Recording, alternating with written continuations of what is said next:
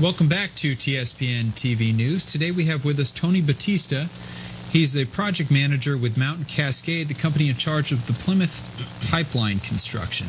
Tony, thanks for joining us.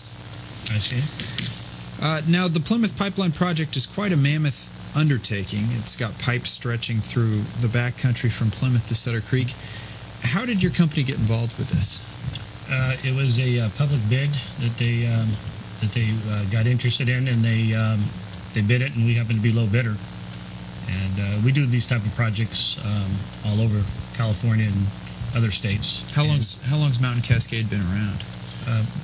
About 30 years, and we have multiple divisions. We do concrete work, we do private, public work, so we do quite a bit of different types of work. Okay. What was your company's bid? Do you happen to know? Or yeah, it was just about $5.3 million. Okay, which was the lowest bid, I take it. And how is the project going schedule-wise up to this point? The project's going really well. We're about a little over a month ahead of schedule, so that part of it is going really well. There's a total of 38,800 feet on the job, and as of yesterday, we had about 27,000 of it in. So we're a little over 2/3 of the way through. What's that equal in miles as far as? The whole thing was 7.4 miles. So I'm guessing that we got probably about 5. I'm guessing about a little over 5 miles. Okay, and we can bring up the slides at the same time that you talk about that show relatively kind of the whole span of the pipeline. Where are you at specifically as far as in Amador County in the construction? Where's the construction crews located now? The main crew is on Bunker Hill, just prior to Fremont Street. Okay, so right behind Amador City there? Yeah, right as we speak. And then we have multiple crews on the back end doing the apprentices and stuff, and then a crew ahead getting stuff prepped for other stuff, including the bridge that I guess you guys heard about that we're setting tomorrow. Right. And so we have another 2 crews working in Sutter Creek, just getting that part of it ready. What are some of the major obstacles that you've had to deal with so far as construction? Have there been any? The greenstone. And we've hit some of that greenstone that everybody kept talking about, and that slowed us up a little bit here and there, but it hasn't been too bad. So it's just literally like hitting a wall of rock, and you can't get through it. We have a rock trencher that's been doing a pretty good job, but even in those areas, it won't touch it. So we've been having to use a hoe ram to get through there. Okay, because you're having to lay this pipeline. How deep in the ground? It's on an average is about 4.5 feet deep. Some areas are a little deeper if you're going underneath existing utilities, but the average is 4.5 feet deep.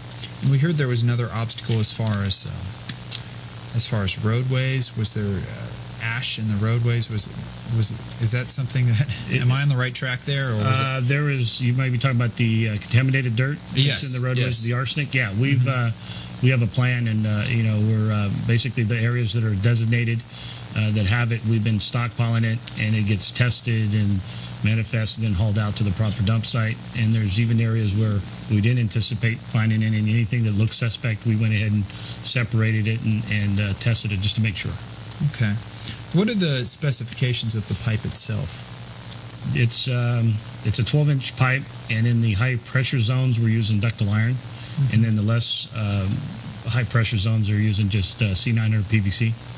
Okay, and the main purpose of this is to take water from Sutter Creek area? It's from AWA's plant up on Ridge Road to the Plymouth tank in Plymouth.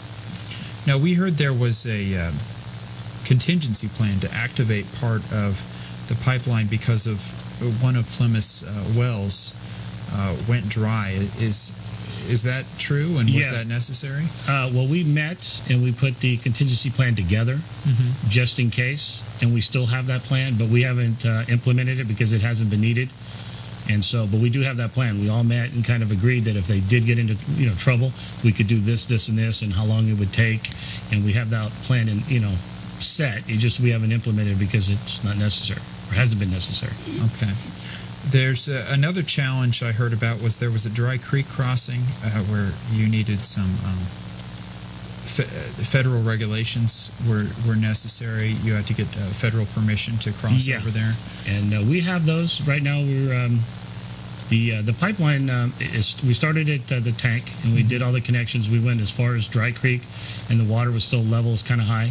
So we built a temporary bridge out of steel so we could get over it, and we're waiting for the water to go down probably another maybe month or so, because it's going down pretty rapidly, and then we'll connect the line there. Okay. Can people along the pipeline, like farmers, ranchers, and residents, can they connect to the pipeline themselves? There is, depending on what kind of deal they made, the easement rights. Some people have future stubs on their property. Some people have hydrants on their property. It all depends what you negotiated at the time with AWA. But yeah, most people do have at least one or two future possible services to their property. Have you had any other problem from residents as far as them allowing the pipeline to cross their property? No, and we'd like to actually thank them, because most people have been just really, really nice and gracious, and and I know it's kind of inconvenient when we're just barreling through their property, but they've been really nice about kind of letting us do our job and not really being too picky, and and now we're going back and cleaning it to their satisfaction, but they were pretty nice to just let us be a little lenient and kind of let us go through there and make the mess, and then now we go back and clean it up. Right, and then you get out of there and it's like it never happened. Yeah, that's just we're hoping to leave it better than when we got there. So right. So how long has this construction taken so far? How much longer do you think it's going to take?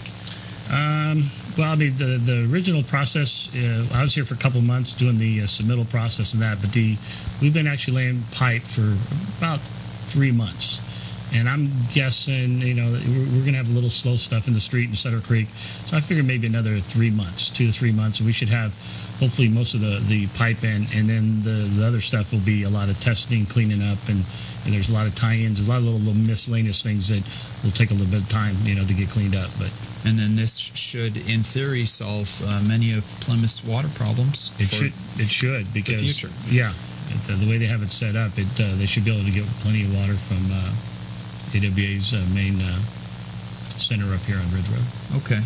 Tony, thanks for joining us today. Well, thank you for having me on board. Yeah, no problem.